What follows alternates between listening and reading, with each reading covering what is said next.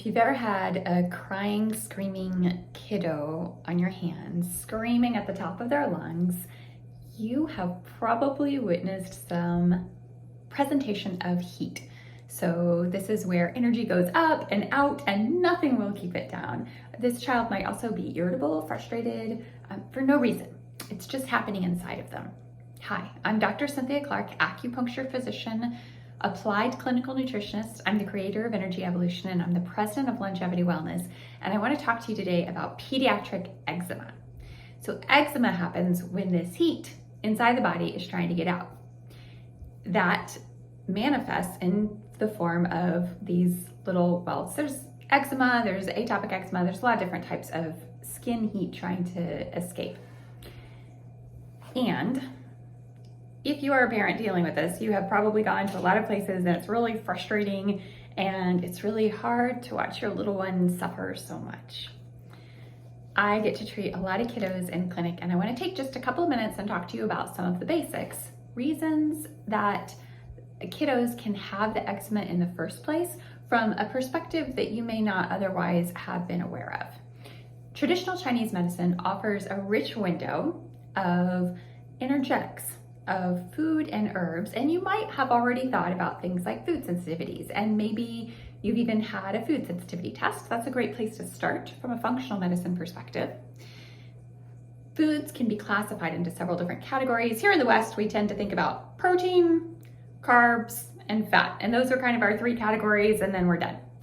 But in traditional Chinese medicine, we have a much richer categorization, and in fact today is the perfect day for me to be talking to you about this because I'm here in Florida and it is it's September, so it's a month ending with a burr, and when I lived in Colorado that meant it was supposed to be cold, and here in Florida it means we're in late summer, so it's really hot. And I came into the office today and my air conditioner was broken, and I'm doing a lot of physical exercise because I'm training for an Ironman, and so that means my metabolism is pretty high, and that means it's easy for me to get warm. But I know this trick. I know the trick of Chinese medicine energetics, and I know that there are certain things that I can eat and drink that keep me cool. And one of them is green tea, which any Chinese herbalist would have to have on hand. This is one of my favorites. It happens to be easy for me to throw in the fridge, but usually I do the tea bags. So green tea is cooling. Watermelon is also cooling and fantastic this time of year. So if you've got a kiddo that's displaying these heat signs, you might consider some watermelon. You probably don't want to get them too caffeinated with green tea, but that might be a good fit for you if you find yourself getting frustrated or irritated in the presence of this, which anybody would be. If you aren't, then congratulations. You've transcended to sainthood. Well done. But I also want to talk to you about more than one kind of paradigm. So we have the hot. If we have hot, we must have cold. Actually, both hot and cold can cause itching. You might know people whose eczema does better when they're in sunny Florida and doesn't do very well when they're in cold, dry Colorado rather than hot, humid Florida. So we're getting a couple of different things there. We're getting temperature and then we're getting moisture. We've talked about food sensitivities. Parasites is another thing that can cause itch. These are all things that can cause itch in the body. Toxic heat is when it gets really, really, really hot. So if you have ever seen anybody that has like a systemic response to poison ivy, where like their face swells up, their whole body swells up, then that would be a presentation of toxic heat.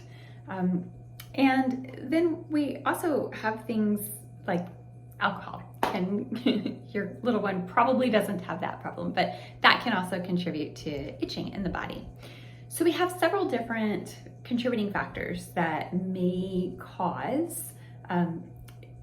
contribute to the imbalance. So if your little kiddo's system is off to begin with, then eating a food that they're sensitive to will exacerbate that. If that's the situation, if it's a food sensitivity, then the very first thing we want to do is heal that gut. There are a number of great functional medicine tests that we can do to see the state of their gut. I'm on this path also, And I have never done one of these tests and not learned something about myself.